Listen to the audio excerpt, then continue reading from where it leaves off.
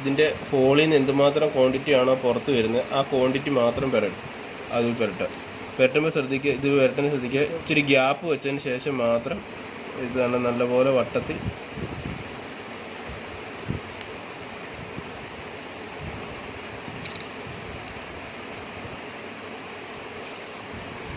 ചെയ്തതിന് ശേഷം കൈ കൊണ്ട് ചെറുതായിട്ട് ഒന്ന് ഒട്ടിച്ചു കൊടുക്കുക പുറവശത്തോട്ട്.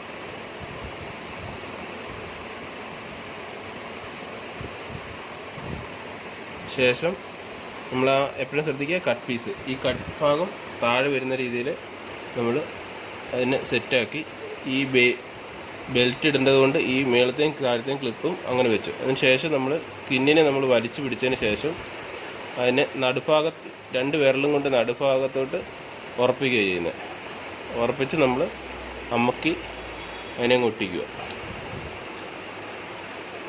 1 സെക്കൻഡ് 2-3 സെക്കൻഡ് നമ്മളിങ്ങനെ പിടിക്കുക.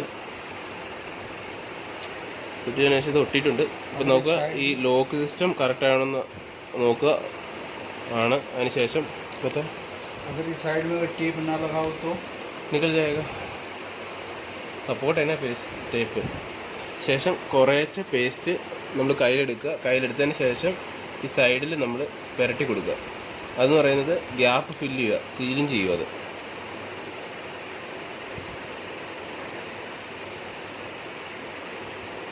ശേഷം നമ്മളിങ്ങനെ അമക്കി ആ പേസ്റ്റിനെ അമക്കി ഇതാക്കി എടുക്കുക.